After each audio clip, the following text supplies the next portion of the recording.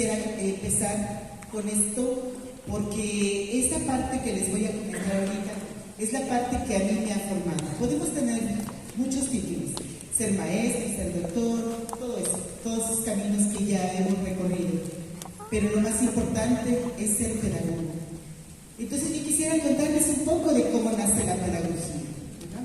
En aquellos tiempos se dice que cuando se formó al ser humano, Zeus formó muchos seres, muchos, y le dijo a Hermes: mira Hermes, te voy a regalar esta bolsa de dones y se las vas a dar a todos esos seres vivos, pero fíjate muy bien a quién se la vas a dar y cómo les vas a repartir esos dones. Entonces Hermes se lleva la bolsa llena de dones, pero su hermano le dice: déjame entregarlo esto, es que a mí no me pone ninguna tarea importante. Y dice Hermes: no puedo hacerlo porque yo le prometí a Zeus hacerlo. Entonces lo convence y Hermes le da las cosas. Entonces ya su hermano empieza a repartir todo eso y ve a los seres y dice: ay, ese ser está bien bonito, está chiquito, tiene sus ojitos, su colita, pero se lo pueden comer. Le voy a dar el don de que sea muy rápido. Y le da el don al ratoncito de ser muy rápido. Y ve otro ser maravilloso, lleno de plumas, que vuela enormemente por todos los lugares, y dice: le voy a dar el don de que llegue lo más alto posible y nunca nadie lo pueda alcanzar, para que no le quiten sus plumas. Y así le da la gallina. Y les va dando a todos los seres, hasta que se da cuenta de que hay un ser por allá lejos, todo feo, no tiene plumas, no tiene nada, está todo ahí tirado, necesita que le ayuden para crecer. Y dice: ¿y ahora qué le doy a ese ser si ya no tengo dones? Revisa su bolsa de dones y efectivamente no tiene nada. Entonces Prometeo va y le dice a Prometeo: ya no tengo dones y me falta un ser. Y dice Prometeo: me va a regañar Zeus porque me dijo que les diera a todos los seres. Entonces Prometeo va y le roba a Atenea la sabiduría y roba también el fuego y se los da a ese ser. Y entonces ese ser empieza a pensar, empieza a hablar y puede construir ciudades. Pero oh sorpresa, construye ciudades, se pelea y las abandona, no sabe vivir con los demás. Entonces Zeus se da cuenta que Prometeo no hizo bien su tarea y le dice: a ver Prometeo, ven para acá, ¿no te dije que les dieras a todos los seres ciertos dones? Y dice: sí, pero a ese ser no le diste, y lo que le diste lo robaste. Y esa es la historia del Prometeo encadenado, ¿verdad? Zeus lo castiga. Sin embargo, Zeus dice: pero ¿qué voy a hacer con ese ser? No lo puedo dejar que se esté matando. Entonces Zeus saca dos dones muy importantes.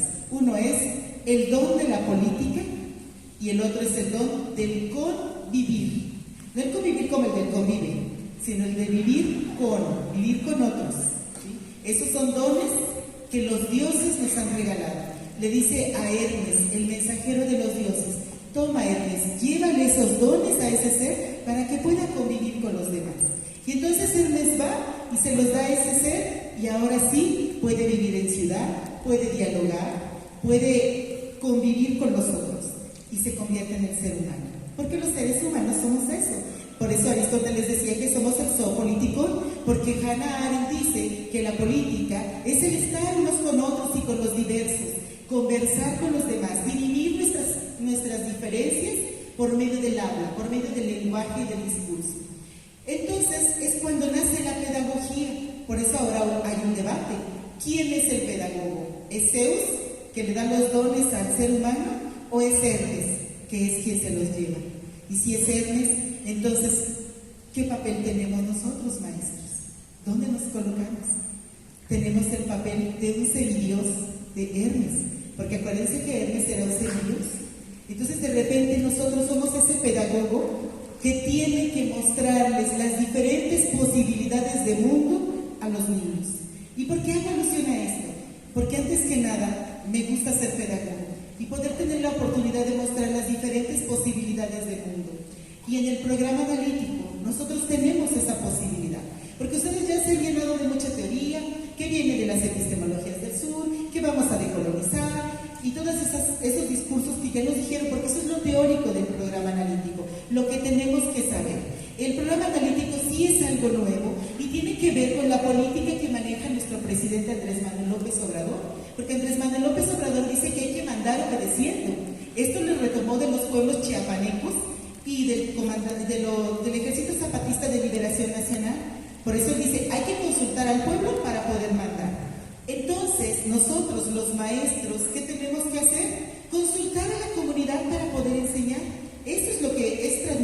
nosotros, porque cada uno de nosotros, además de ser el pedagogo, somos el representante del Estado, maestros. Así que el que diga, no me interesa la política, no sabe. Por eso Paulo Freire dice que todo acto educativo es un acto político, porque estamos hablando con el otro, estamos intercambiando con el otro. Entonces este plan de estudios sí es nuevo, maestros. Analicen la bibliografía. Si ustedes se van a la bibliografía en el anexo del Acuerdo 1408-2022, ustedes van a encontrar a Michel Foucault citado ahí. ¿Por qué está citando Michel Foucault? Está citando en las páginas de la hermenéutica del sujeto, donde Michel Foucault habla del cuidado de sí. Porque el cuidado de sí y para sí tiene que ver con conocimiento, con que nosotros aprendamos a leer la realidad para cuidarnos a nosotros mismos y enseñar a nuestros alumnos o mostrarles las posibilidades de cuidarse a sí mismos. También está citado por Riquet, está citado Emmanuel Levinas, autores que antes no estaban. Está citado Peter Sloterdijk. Son postestructuralistas serios del pensamiento filosófico que nos muestran otras posibilidades de mundo. Y está citado, por supuesto, Boaventura de Sousa Santos, porque es la decolonización de los pueblos del sur, un sur simbólico que siempre ha sido subyugado y acallado. Y en ese sur simbólico, ¿quiénes creen que están? Pues nosotros, los maestros, porque a nosotros pocas veces nos escuchan, porque pocas veces se escucha la voz del maestro. Pero ahora la propuesta es que tu maestro diseñes tu programa analítico, por eso se llama codiseño. El codiseño es un proceso en el cual nosotros tenemos que participar para que otros escuchen nuestra voz. Y aunque nosotros históricamente hemos estado invisibilizados y callados, ahora tenemos la oportunidad de hablar, porque miren, cuando nosotros llegamos ahorita al auditorio, ¿qué es lo que había aquí? Había un maravilloso grupo de música andina, ¿verdad? ¿Y qué es eso? Es la representación de un pueblo originario del sur de América. Y esos pueblos originarios tienen mucho que enseñarnos. Pero los pueblos originarios de México también. En estos programas analíticos se trata que nosotros recuperemos esos saberes ancestrales de nuestros alumnos, de nuestra comunidad, y los traigamos a la escuela. Que los hagamos un conocimiento formal y deje de ser un conocimiento informal. Por eso es un codiseño, porque va a diseñar la SED en un plan, en un avance sintético, pero también vas a diseñar tu maestro. Porque tienes que ponerle ahí los conocimientos que van a ser los contenidos locales. Todo eso va a estar integrado en tu programa analítico. Si no está ahí, entonces no estás codiseñando. Si solamente agarraste los programas de los contenidos del avance sintético, solamente estás diseñando la SED, no estás diseñando tú. Si te compraste tu programa analítico de a 60 pesos, que va desde a 60, 100, 150 hasta 200 pesos en el Face, no te sirve, porque entonces estás siendo un reproductor de programas analíticos nada más, o de lo que quiere ser un programa analítico, porque lo que venden en el Face es más bien una planeación, y el programa analítico es, como su nombre lo dice, un programa con una currícula básica. ¿Sí? ¿Cuál es la currícula básica? Pues los contenidos nacionales. ¿Y cuáles son los contenidos nacionales? Los que están contenidos en el avance sintético. ¿Cómo vas a codiseñar tú? Cuando tú digas, mi comunidad se dedica, por ejemplo, al carnaval. Entonces, yo voy a tomar el carnaval como un contenido local y lo voy a codiseñar yo, lo voy a redactar con mi grupo de maestros de una escuela o de una zona, y lo voy a codiseñar haciéndolo un contenido local y lo voy a poner en el programa analítico y lo voy a trabajar en el aula. Y entonces el carnaval deja solo de ser de la comunidad aislada que está fuera de la escuela, sino que la escuela se posiciona como un coadyuvante de la comunidad. Entonces el programa analítico no es cualquier cosa. No se lo puedo comprar a nadie en el Face, porque la gente del Face o de las redes sociales no conoce mis circunstancias, no conoce mi comunidad, ¿sí? De eso se trata, que nosotros hoy nos llevemos un panorama más claro de lo que es el programa analítico. No vamos a resolver todas las dudas, porque cuando lo estamos haciendo es cuando nos surgen las preguntas. Cuando estamos ahí trabajando es cuando decimos, bueno, ¿y ahora esto cómo, maestro? ¿Sí? Nos preguntan luego los maestros a los directores, ¿y ahora cómo hago esto? ¿O cómo hago lo otro? Porque es cuando nos surgen las dudas, ¿sí? Bueno, entonces empezamos del programa analítico al plano didáctico. El plano didáctico lo vas a hacer tú, maestro. ¿Sí? Le das a la otra, por favor. Bueno, ¿de qué parte el programa analítico? El programa analítico parte de dos premisas. Tenemos estas dos premisas. Nosotros vivimos en un país complejo. ¿Por qué nuestro país es complejo? Porque es diverso. Porque aquí en México hay muchísimas culturas, muchísimas tradiciones. Existen aproximadamente 158 grupos indígenas. Imagínense cuánta sabiduría está metida ahí. Por eso partimos de eso. No hay una forma particular y que digamos, todos los maestros van a enseñar de esta forma. No hay formas particulares. Aunque el plan de estudios diga, todos vamos a usar proyectos, estoy segura que cada uno de ustedes le va a dar su toque, el toque personal de cada quien a ese proyecto.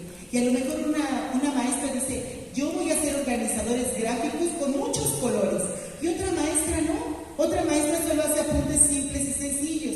Cada quien le está dando su propia personalidad a lo que viene ahí en el proyecto, ¿sí? Entonces, por eso partimos de esa premisa, que no todos los docentes del país podemos hacer las mismas cosas en sentido curricular, sino cada quien lo hacemos según nuestras capacidades y nuestras formas de enseñanza. Bueno, ¿de qué otra premisa partimos también? Que corresponde a cada docente determinar cuáles son las actividades posibles, viables y valiosas para los alumnos y las alumnas. Porque cada docente es el que conoce al grupo. Y además, yo veo que en secundaria, como entra un maestro y luego entra otro, y cada uno tiene 50 minutos aproximadamente de clase, los alumnos se portan diferente con cada maestro. Entonces, el grupo va a ser distinto. Por eso cada uno de ustedes va a diseñar sus propias actividades, pero eso ya va a ser en el plano didáctico, no en el programa analítico, ¿sí? Nos vamos a la siguiente, por favor. Bueno, a partir del contexto, este es el primer plano del programa analítico. El programa analítico va a tener 3 niveles, ¿verdad? 3 niveles de concreción. El primer nivel es el nivel macro, que es el que va a ser a nivel escuela, donde va a ser todo el contexto, toda esa lectura de la realidad que nos han dicho. Tú vas a tomar tu realidad, ese va a ser tu recorte. Hugo Semelman habla de los recortes de la realidad. Entonces tú vas a recortar tu realidad de acuerdo a tu comunidad, vas a hacer ese recorte y vas a decir, de tal año a tal año, en ese proceso histórico, voy a leer a mi comunidad, a lo mejor de 3 años a la fecha, la leo y veo cómo ha cambiado, cómo ha transitado mi comunidad a lo largo del tiempo, y entonces voy a leer esa realidad. ¿Y cómo le voy a hacer? Pues la voy a problematizar, ¿verdad? ¿Cómo lo problematizaron ustedes cuando hicieron su tesis? Porque la mayoría de nosotros nos hemos titulado por tesis, algunos hemos hecho 3 tesis, otros han hecho 2, o algunos han hecho 1, pero con esa tesis ustedes han problematizado la realidad, le han hecho preguntas, la han cuestionado. Cuando nos decía nuestro maestro en investigación, siéntate y piensa cuáles son los problemas de tu aula, cuando íbamos en la licenciatura, y nos sentábamos a pensar en los problemas de nuestra aula, y los escribíamos y luego los convertíamos en preguntas, para que entonces nosotros sacáramos nuestra pregunta de investigación. Es lo mismo que pasa aquí, tú vas a problematizar tu realidad, entonces tienes que problematizarla y cuestionarla de tal forma que puedas identificar cuáles son las problemáticas de tu comunidad, de la comunidad que está alrededor de la escuela. ¿Cómo lo vas a hacer? Pues lo puedes hacer a través de entrevistas. Las entrevistas pueden ser presenciales o por teléfono. O yo les sugiero algo, maestro, si van a hacer una entrevista para leer el contexto, diséñenla en un formulario de Google. ¿Por qué? Porque los formularios de Google nos dan una tabla de Excel, ¿verdad? Y nos dan una gráfica. ¿Esto nos facilita la vida? Sí, ya no es tan difícil ahora como en nuestros tiempos cuando estudiaba en licenciatura. Imagínense, hace un chorro de años, tenía yo que hacer mis grafiquitas, vaciar todos mis datos, ¿sí? O cuando estudié la maestría, vaciar las entrevistas, ¿sí? Ahora en el doctorado pues ya es otra cosa porque ya estamos con lo digital, ¿no? Entonces ahora tenemos cosas digitales, utilícenlas, maestras. Traten de facilitarse la vida, porque leer el contexto de la realidad es lo más pesado del programa analítico. El contexto es lo más pesado, porque no nada más tienen que remitirse aquí, tienen que contextualizar la comunidad de manera global, como mundial y nacionalmente. ¿Dónde se ubica nuestra escuela a partir de ciertos parámetros? ¿Dónde vamos a buscar esa información? Pues tenemos en la UNESCO, tenemos la página de la OCDE, donde vienen las lecturas que la UNESCO ha hecho de los diferentes niveles que están aquí, preescolar, primaria y secundaria, y dice cómo están a nivel global o a nivel mundial. Y después se van ustedes a lo que les va a decir luego el doctor Jorge, que es la Agenda 2030, donde van a encontrar los objetivos de desarrollo sostenible nacionales, que nos permiten a nosotros fijarnos una ruta o trabajar de acuerdo al proyecto de nación que estamos teniendo. Porque acuérdense, el ciudadano de la nueva escuela mexicana es un ciudadano libre, lleno de derechos, que además defiende la igualdad, que está constituido éticamente y que tiene una relación ética no solo con sus semejantes, sino con el medio ambiente también. Entonces es un ciudadano muy fuerte, muy poderoso lo que nos está pidiendo la nueva escuela mexicana, porque a lo mejor muchos de nosotros todavía tenemos ciertos tabús, ¿verdad? Y nos están pidiendo que ayudemos a esos pequeñitos a liberarse de muchas cosas. Bueno, esto también nos va a permitir allegarnos a nuestra comunidad. También buscar información en noticias verbales. Luego, miren, por ejemplo, yo apliqué una encuesta con un formulario de Google y les pregunto a los padres de familia si hay violencia en la zona y qué tipo de violencia hay, que si se han cometido feminicidios. Yo estoy segura que en todo el año que he estado en mi comunidad, porque yo trabajo aquí en Chimalhuacán, en el cerro, precisamente cerca de las albercas, y estoy segura que no he oído de ningún feminicidio allí en la colonia, yo a eso me refiero, pero los papás me pusieron que sí. Entonces ahora tengo que quizás investigar en esas noticias locales. Y entonces eso me coloca otra problemática en mi escuela. Porque ¿qué tengo que ahora atacar? Pues ahora tengo que ver qué niveles de violencia se manejan en la comunidad y en la escuela y cómo podemos hacer frente nosotros los maestros a esos niveles de violencia o qué podemos hacer para contrarrestarlos. A lo mejor no decirlos abiertamente, pero sí trabajarlos a través de un proyecto de valores quizás dentro de la escuela. Pero esto ya me está colocando en otra realidad, una realidad que supuestamente yo creo conocer, ¿sí? Y también tenemos a través de los medios y quizás otras múltiples formas. Ya ven que no faltan las mamás bien lindas que van y nos cuentan cómo está la situación de la comunidad. Entonces también por alguna conversación informal nosotros podemos llegar a obtener ciertos datos que nos permiten leer la realidad de nuestras comunidades, ¿sí? Nos vamos a la siguiente, por favor. Bueno, aquí, ¿quiénes son los que van a trabajar respecto al contexto y a los datos que hemos obtenido de nuestra escuela? Bueno, tenemos por un lado el trabajo colegiado entre docentes, pero también vamos a traer a las madres y padres de familia a través de las encuestas que les aplicamos o de los formularios, las entrevistas. Pero también hay miembros en nuestra comunidad, en la mayoría de nuestras comunidades hay ciertas instituciones sociales que nos pueden permitir conocer las diferentes problemáticas que hay y quizás también las opciones de ayuda o de apoyos que podamos tener de la comunidad hacia la escuela. También tenemos que acercarnos a esos grupos, dialogar con ellos, ver qué apoyos nos pueden prestar, porque no es un trabajo que tengamos que hacerlo solos.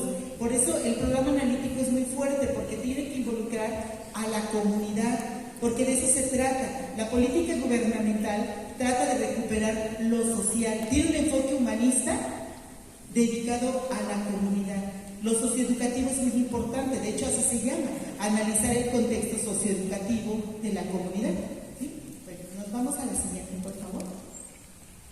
Y entonces, nosotros vamos a tener esos tres planos del programa analítico. El primer plano, que es el análisis del contexto socioeducativo de la escuela y que es el nivel macro del que habla la maestra Xochitl en el video, ¿verdad? Ese nivel macro en donde nosotros vamos a intentar el contexto de nuestra escuela. El segundo plano es la contextualización. Se llama contextualización y no es lo mismo que el de arriba, porque en la contextualización tú vas a tomar los contenidos del programa sintético y vas a ver en qué orden los vas a trabajar de acuerdo a las problemáticas de tu escuela. Por eso es contextualización, porque los contenidos nacionales los vas a contextualizar a las necesidades y problemáticas que tienes en la escuela. De eso se trata, que tú priorices tus problemáticas. Y entonces de repente sí vamos a trabajar lo mismo que todos, pero no lo vamos a trabajar quizás en el mismo tiempo, porque a lo mejor una escuela tiene la necesidad de atacar cuestiones fuertes de violencia, mientras que otra escuela tiene la necesidad de trabajar con cuestiones que tengan que ver con el medio ambiente. Entonces no es lo mismo, no vamos a estar trabajando lo mismo, ni vamos a tener los mismos resultados en el mismo tiempo, porque a lo mejor unos lo trabajan en septiembre una cosa, y otros en octubre, y otros en noviembre.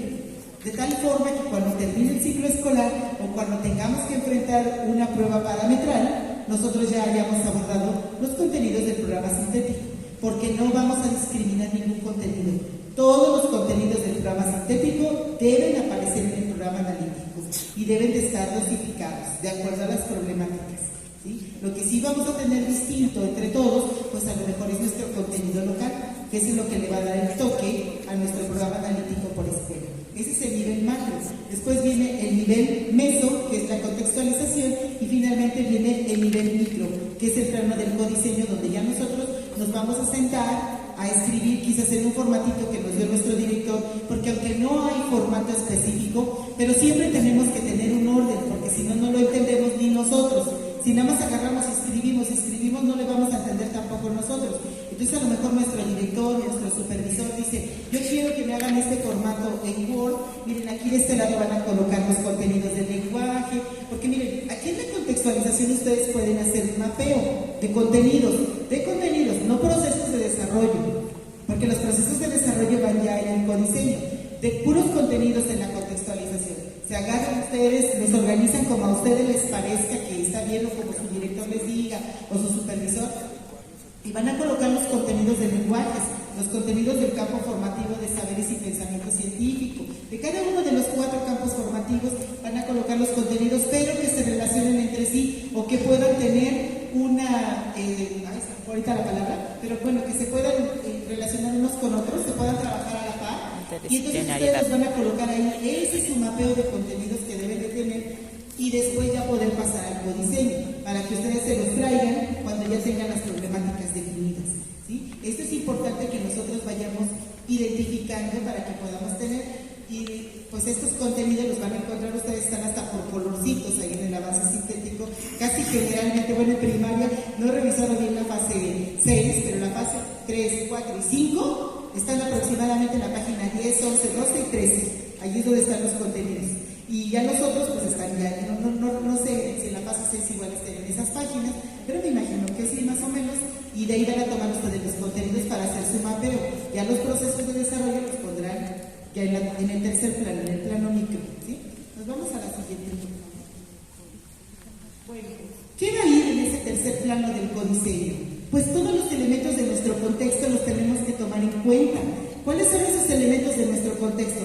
El lenguaje, las experiencias, la salud mental de nuestros alumnos, sus emociones, porque acuérdense que ahora que regresamos de la pandemia, la salud emocional de nuestros alumnos no es la misma, inclusive ni la nuestra, porque ¿cuántos de nosotros perdimos algún ser querido en la pandemia y nos pegó fuerte?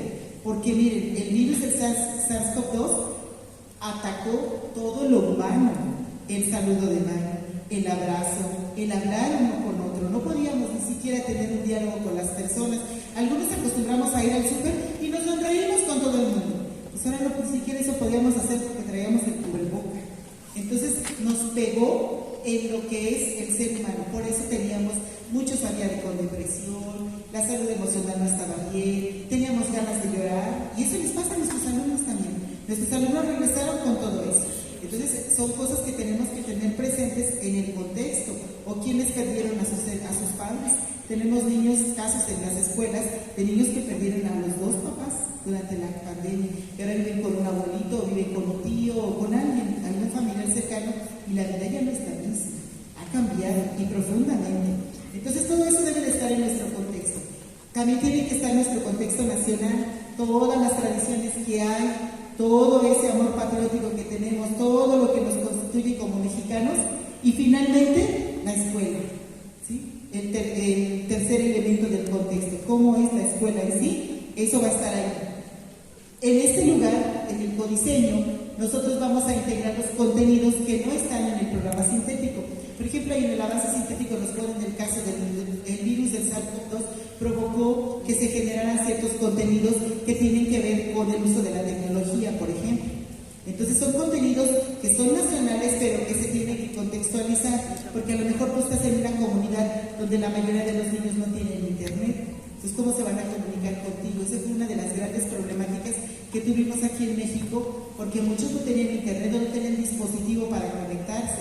No les podíamos dar clase en línea porque no tenían lo suficiente, y 1 hora en el Zoom es carísimo, o 1 hora en el Meet es muy caro. Se acababa todo nuestro saldo, le metíamos 300 pesos y la hora que teníamos con la supervisión, o las 2 horas que duraba, ya se iba nuestro crédito, nuestro saldo, porque ya se acababa. Entonces, imagínense, nuestros alumnos también para ellos era difícil. Entonces tenemos que pensar de qué forma me voy a acercar a ellos. Por eso tiene que ser contextualizado. También, ¿qué es necesario debido a su importancia contextual? Lo que tiene que estar ahí, porque el contexto me pide que esos contenidos estén. Por ejemplo, si estamos hablando de una comunidad, aquí en Chimalhuacán hay comunidades que se dedican a hacer puentes, por ejemplo, para la fiesta, que hacen el torillito y hacen todas esas cosas, ¿sí? Entonces, esa comunidad me va a pedir que yo contextualice la pirotecnia en los programas analíticos, porque es algo que se maneja, es la tradición, es la cultura, pero también ¿qué conlleva eso? ¿Qué riesgos conlleva?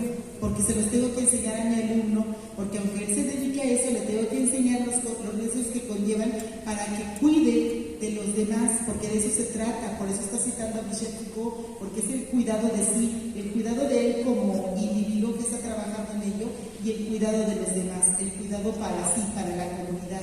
Entonces, esa comunidad me va a pedir que contextualice eso en el programa analítico. También me va a pedir, a lo mejor, algunos problemas que están ahí, los voy a ver y a lo mejor no los coloco en mi programa analítico. ¿Por qué? Porque no tienen que ver con las necesidades de mi escuela. Si no tienen que ver con las necesidades de mi escuela, no los voy a colocar. Pero si tienen que ver con las necesidades de la escuela, sí. Porque miren, les voy a platicar algo que ocurrió, que vi en el TikTok, porque ven que ahora está de moda el TikTok, el Facebook y todas esas redes sociales, y de repente uno se mete. Entonces yo vi una noticia que me causó profunda tristeza, porque esto significa la decadencia, cómo va decayendo la sociedad y cómo vamos quedando nosotros frente a otros, porque esos otros que hay junto a nosotros no solamente son otros seres humanos, son los otros seres vivos. ¿Y quiénes son esos otros seres vivos? Pues las plantas y los animales. Tenemos que cuidar de ellos, porque nosotros se supone que somos la raza que piensa, entonces tenemos que ayudarlos y cuidarlos. En Puebla, en el Atlisco Puebla, ocurrió una cosa terrible. Un jovencito de 13 años violó a una perrita. Entonces de repente te quedas, ¿cómo ocurren esas cosas? Y va la dueña de la perrita y les dice a los padres, y los padres dicen, usted tiene la culpa, ¿para qué deja a su perrita en la calle? Imagínense, o sea, decían los comentarios ahí en TikTok, fue una perrita, ¿qué sigue? Y las autoridades de Puebla, ¿qué hicieron? Dijeron, es que no podemos hacer nada porque él es un menor y porque además es sus cambios hormonales. Imagínense una respuesta así, ¿cómo te sentirías? Te sentirías frustrado, porque entonces, ¿qué estamos haciendo nosotros? ¿Qué tipo de seres estamos ayudando a construir? Porque nosotros estamos ayudando a construir. Entonces, todas esas cosas que tenemos que contextualizar es para que nosotros veamos la importancia que tenemos, maestros. Nosotros somos muy importantes. Si les enseñamos a los niños a que hay que respetar la vida de un gusanito, de una lagartija, de una mariposa, todos los seres vivos van así, ¿no? De un pequeñito a un grande. Entonces es un niño que va a crecer respetando al otro, amando al otro, respetando a la vida. Claro, se van a encontrar muchos de ustedes con las barreras familiares, porque hay personas en la familia que no respetan la vida, pero tú ya hiciste tu contribución, ya pusiste tu granito de arena, se siembra de grano en grano. Entonces, con que tú siembres y uno de tus alumnos cambie, siéntete feliz. Hace ratito aquí ocurrió en el auditorio, estábamos platicando con un maestro, aprecio mucho a ese maestro, es subdirector de una secundaria, y se acerca a una maestra que ahora es directora de una secundaria, y ella fue su alumna del maestro. Entonces, imagínense qué orgullo. O sea, el maestro contribuyó a la formación de una persona que ahora está haciendo un bien para la humanidad, ¿no? Porque ahora tiene un lugar en donde puede tocar los corazones de otras personas y provocar un cambio. Hacer decía uno de mis maestros del doctorado, la formación no ocurre, la formación acontece. Acontece cuando tú le proporcionas a tus alumnos todas estas posibilidades del mundo, porque eres el pedagogo, y entonces va a llegar un momento en que en él va a acontecer la formación. ¿Sí? Tú no la vas a forzar, tú le vas a colocar las herramientas ahí, y él va a tomar lo que le sirva en su vida. Tampoco nos vamos a cortar las venas ni a flagelarnos si uno de nuestros alumnos pues no sale delincuente, así nos ha pasado a todos. Pero esa ya no es nuestra culpa, porque hay decisiones que se toman y que hay que asumir. Pero nosotros haremos lo que nos corresponde por contribuir a que sean buenos ciudadanos, ¿sí? Bueno, nos vamos a la siguiente. Ahora sí, tenemos ya nuestros procesos de contextualización y nuestros aprendizajes situados, porque vamos a encontrar aprendizajes en los contenidos. Entonces, ahora, ¿qué vamos a hacer? En la contextualización vamos a colocar dos formas. Una, resignificación de contenidos, que es cuando nosotros los confrontamos con la realidad y nos damos cuenta que esos contenidos son necesarios para ser aprendidos. Entonces los estamos resignificando, porque les estamos dando el valor que les corresponde. Y nos los vamos a apropiar. Cuando nos los hemos apropiado, nosotros hemos apropiadonos del currículum nacional. Si cuando decimos este contenido sirve, es complicado porque yo veo, por ejemplo, en secundaria y en media superior, que hay contenidos muy específicos, muy especialistas, que es difícil apropiárselos en la vida diaria. En una ocasión que daba un curso, un maestro de media superior decía: maestra, ¿y cómo van a aplicar en la vida diaria el cálculo diferencial? Y tenía razón. Yo me quedé pensando, qué difícil, ¿no? Ni modo que va a sacarle la derivada, no sé, al precio de la lechuga o algo así, no es tan fácil. Pero nosotros trataremos de hacer que nuestros contenidos de nuestro campo formativo o en secundaria de su disciplina, cómo van a contribuir esos contenidos de su disciplina a quizás resolver la problemática de la escuela, ¿no? ¿Cómo se van a situar? Porque ahora se van a tener que sentar por academias a hacer su programa analítico, porque en el campo formativo de lenguajes, por ejemplo, está español, está inglés y está artes. Entonces se van a tener que sentar esas tres disciplinas para hacer los contenidos de su campo formativo, ¿no? Y así sucesivamente de los demás campos formativos se van a tener que juntar con sus pares, porque esa es la construcción entre pares, es lo que funciona, porque ustedes son los que saben, son los especialistas, maestros.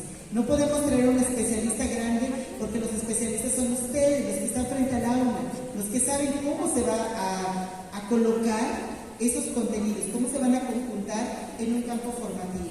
Porque acuérdense que tenemos campos formativos a partir del giro lingüístico que ocurre en el ser humano, ¿sí? Nosotros estamos hechos de discursos, entonces los discursos que forma un campo formativo son más amplios que una disciplina. Si nosotros nada más nos concentramos, por ejemplo, en el español, o nos concentramos en el inglés, o en las artes, mi alumno podrá comunicarse en español con otros, pero cuando tenga que enfrentarse a un escenario global, no podrá hacerlo, porque no tiene apropiado el idioma. Si se apropia del idioma, como del inglés, por ejemplo, como lengua extranjera, podrá enfrentarse a un mundo más global, que es el que enfrentamos todos. Si se apropia de un lenguaje indígena, podrá hablar con sus coiguales y podrá traerlos y enseñarles otras posibilidades de mundo. Y si aprende a expresarse a través de las artes, el alumno ya no estará deshumanizado, porque las artes permiten la sensibilidad y permiten la humanización. Y este programa, este Plan de Estudios 2022, está basado, ese es su principio filosófico, el humanismo. Entonces, para poder transitar al humanismo, tenemos que caer en lo estético. Por eso lo estético está ahí en ese campo formativo. Entonces, si yo trabajo en campo formativo, pues le doy amplitud de posibilidades al alumno. Ya no lo cierro a nada más una disciplina, sino estoy trabajando con los demás y me estoy interrelacionando y juntos podemos hacer un mejor programa analítico. Porque entonces, si hacemos un programa analítico por campo formativo, tendré muchas posibilidades para resolver un problema. Ya no solito se va a quebrar la cabeza el maestro de matemáticas para pensar cómo va a hacer que sus alumnos aprendan matemáticas. Si viene el maestro de biología y el de química y me ayudan, podemos formar un proyecto juntos. Un proyecto grande en donde los alumnos adquieran esos aprendizajes que son más específicos, ¿sí? Por eso los campos formativos son importantes, y es importante trabajarlos y no fracturarlos, sino trabajarlos en conjunto. Bueno, vamos a la siguiente.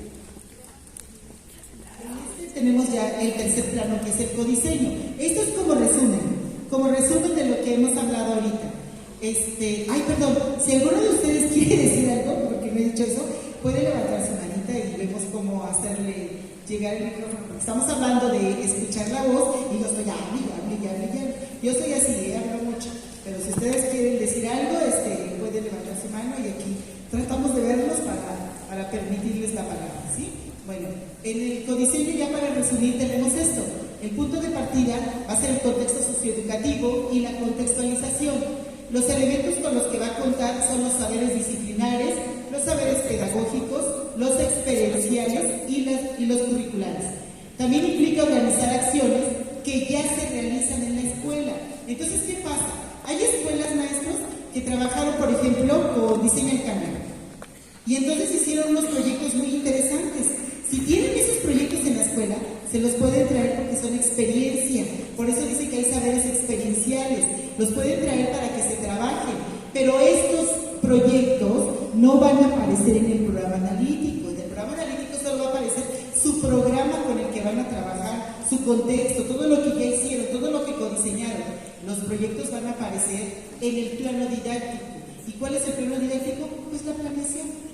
La planeación del día a día. Allí es donde van a aparecer los proyectos y los pasos que van a seguir, porque de repente, por eso les decía que en el Face aparecen muchos programas analíticos que más bien son planeaciones, porque ya aparecen con proyectos, con actividades, con esto. Eso es lo que te están pidiendo de planeación, no lo que te están pidiendo del programa analítico. Y el programa analítico es tu programa, es decir, cuando tú te sientes a planificar, no te vas a jalar el avance sintético, te vas a jalar tu programa analítico ya constituido para poder hacer tu planeación, para poder bajarlo al plano didáctico, ¿sí? Bueno, y después dice, el programa analítico es un documento de trabajo sencillo, pero que se analiza y se evalúa, porque tú lo vas a analizar en consejo técnico, se va a ir reorientando o se va a ir evaluando, y o en las reuniones de la academia que se tenga, porque hay niveles en donde se reúnen por academias y es donde se van a sentar a evaluar su programa analítico y a reorientarlo, porque si algo no funcionó, pues no lo vamos a seguir teniendo ahí y queriéndonos obligar a que a fuerza lo hagamos, porque pasaría como cuando enseñamos a leer y escribir, y entonces resulta que yo soy maestra que solo manejo el método onomatopéyico y ya vi que mis 5 alumnos no aprenden con el método onomatopéyico y sigo con el método onomatopéyico. Si quiero seguir trabajando ahí, no, tengo que cambiar de método. Entonces es lo mismo con el programa analítico. Si algo no te funciona, hay que quitarlo, hay que reorientarlo y colocarlo quizás de otra manera, ¿sí? Darle, por eso va a ser flexible este programa. Vamos a la que sigue, por favor. Bueno, ¿qué sugerencias hay para poder hacer este programa analítico? Pues en primer lugar el mapeo de contenidos y establecer las posibles articulaciones, esta es la palabra que se me olvidó, entre campos formativos, grados y fases. ¿Cómo se articula un contenido de un campo formativo con otro? Porque resulta que estamos hablando de lengua, por ejemplo. Ahorita se me viene a la mente, porque yo trabajo en primaria, se me viene mucho a la mente los contenidos de primaria. La fase 3, por ejemplo, el lenguaje es el primer contenido, es el nombre. ¿Por qué el niño tiene que conocer el nombre? Porque el niño de primaria está construyendo su autoconcepto, está constituyendo el yo, y como está constituyendo eso, por eso tiene que aprender primero su nombre, para que se constituya como sujeto. Entonces, ese contenido con qué se relaciona, empieza uno a ver con qué articulación, y vamos a traernos esos contenidos a ese mapeo que estamos haciendo, donde están saberes, donde están lenguajes, donde están los cuatro campos formativos, y nos vamos a traer esos contenidos que se articulan. Después, se va a construir o se va a seleccionar la situación problema. Ya que analizamos todo el contexto, quizás podamos encontrar 1, 2, 3 o 4 problemas o 5. Problemas que se pueden resolver desde el ámbito de la escuela y que se relacionan entre sí, para que nosotros los podamos colocar en nuestro programa analítico. Porque estos problemas nos van a dar una posibilidad de contenidos o una posibilidad de campos formativos que van a entrar en el programa analítico, pero se van a determinar en colectivo, ¿sí? No puedo decir yo solita, es que estos son los problemas de la escuela, no, todos juntos, pero aparte tengo los problemas de mi aula. ¿Qué pasa en mi aula? ¿Qué pasa con mis grupos en secundaria? ¿Qué problemáticas tengo yo? Esas también las tengo que colocar en el programa analítico porque van a ser mis ejes y rectores.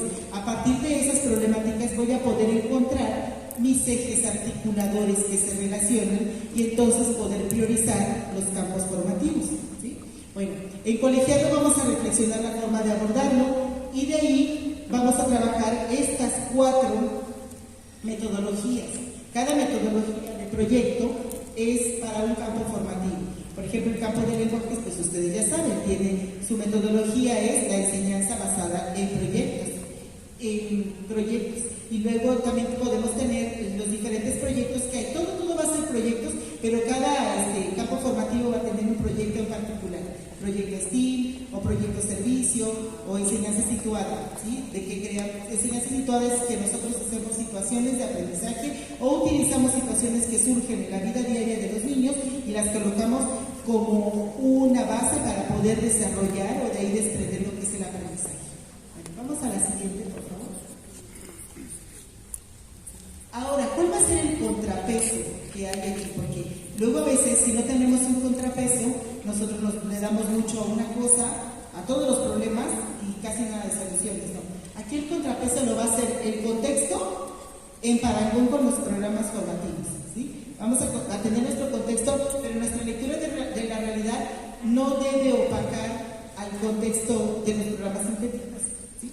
Los programas sintéticos deben de relacionarse. Los programas sintéticos nos van a dar los procesos de desarrollo de aprendizaje o los PDA y las finalidades de cada fase o de cada campo formativo, y eso es lo que va a hacer contrapeso con nuestro contexto, porque luego nos embebemos de la realidad y queremos solucionar los problemas de todo el mundo, y eso no es posible.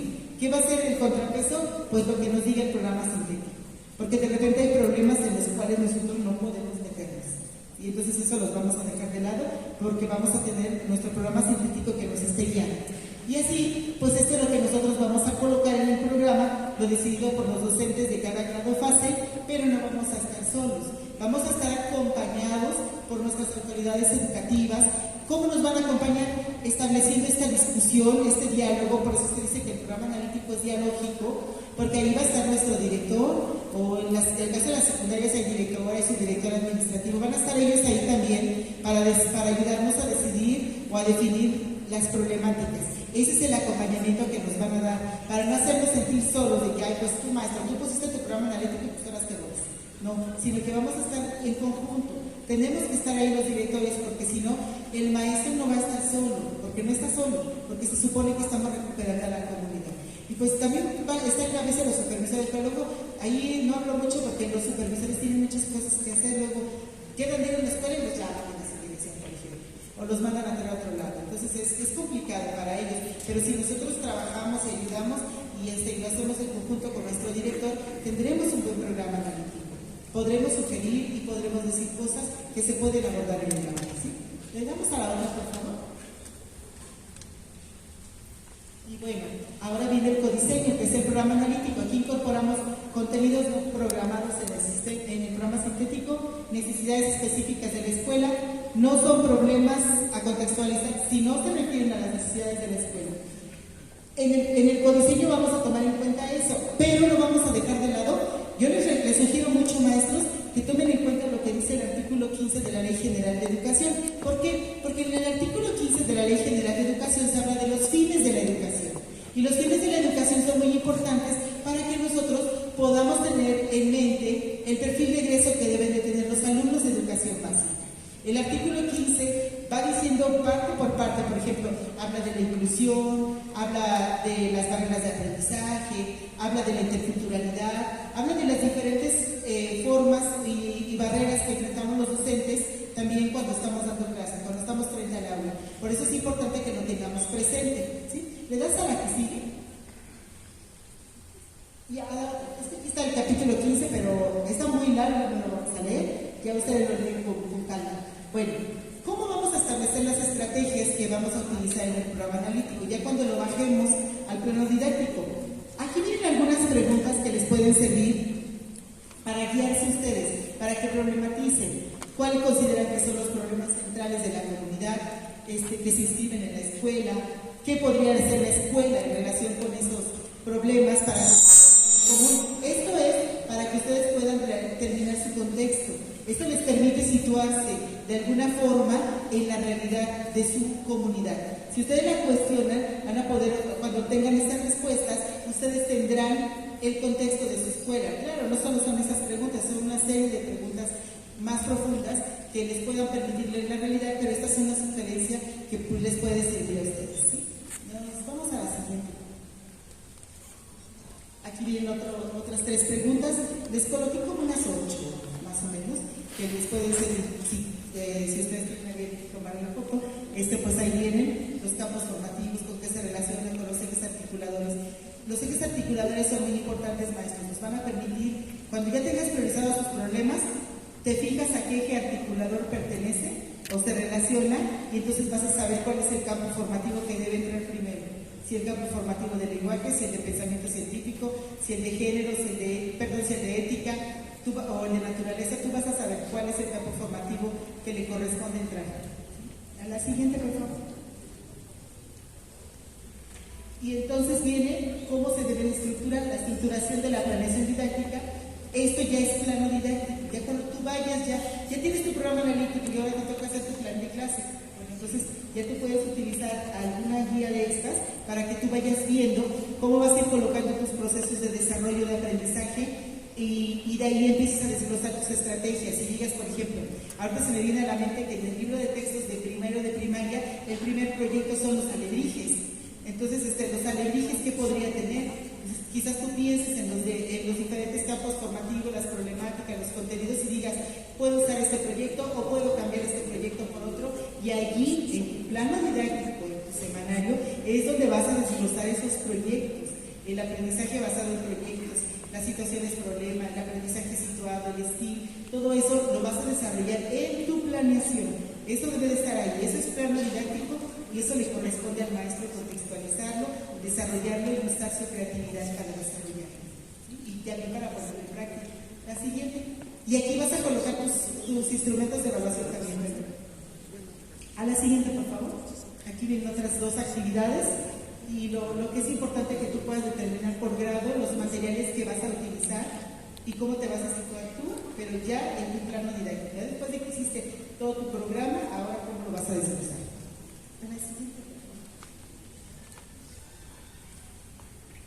Después vienen las actividades que se pueden planear ya en el aula y finalmente se termina con la evaluación. Que recuerden que ahorita estamos hablando de una evaluación formativa. Yo sugerí en mi centro de trabajo, cada centro de trabajo tiene sus propias necesidades y puede adecuarlo como quiera. Yo no sé si ustedes vieron la conferencia que tuvimos con el doctor Sergio Tobón y la doctora Patricia Frola, que la pasaron en YouTube, y estuvimos platicando con ellos y le hicimos una pregunta. Me gustó mucho lo que dijo la doctora Patricia Frola, porque ella dijo, cuando le hicimos la pregunta, ¿cómo transitamos la evaluación formativa a una acreditación? Porque finalmente en México nosotros tenemos que transformar todo ese camino que recorrió el alumno en un número, porque tenemos que, las normas de control, inscripción y prescripción dicen que hay que traducirlo a un número, que tiene que acreditar el niño y todo eso. Bueno, ¿cómo se transita?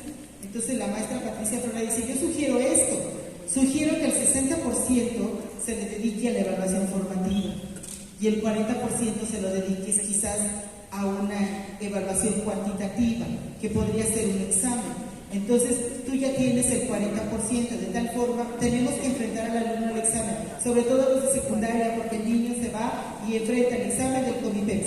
Queramos o no queramos, lo va a enfrentar. Y nosotros mismos somos formados en las normales, enfrentamos un examen profesional y después tenemos que hacer examen para ingresar y obtener una plaza, ¿no? Entonces nos enfrentamos a la acreditación constantemente. Entonces, dice ella, si tú les enfrentas a un examen, el niño saca 10, ya tiene 4%, ¿no? Ya tiene 4 puntos. Y si tiene sus 6 puntos de la evaluación formativa, pues quizás se pueda traducir en un 10. Y si tiene nada más 6 puntos de la evaluación formativa y tiene 3 del examen, pues tendrá 9 y así sucesivamente. Me pareció algo muy razonable que te permite tener un número que finalmente es lo que vas a plasmar en la boleta. Entonces, es una sugerencia que nos dio la doctora Patricia Flora. Revisen la conferencia, está en el canal de la legislatura. Sí, ¿verdad? Está en el canal de la legislatura, estará esa conferencia y ustedes pueden revisarla porque hablan precisamente de la evaluación. Y entonces, nos vamos a la siguiente. Y bueno, este es un esbozo de lo que hicieron en un programa analítico, pero aquí hay algunos errores, ¿eh?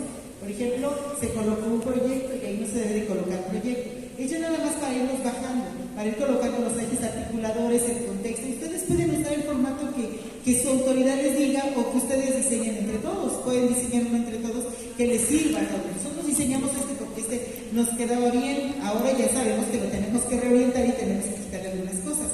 Le das a la siguiente, por favor. Pero ya más o menos se ve. Bueno, ahí ya se ve que tiene ciertas cosas, que tiene contenidos nacionales, contenidos locales, procesos de desarrollo, su metodología y su propósito y aprendizajes esperados o prioritarios.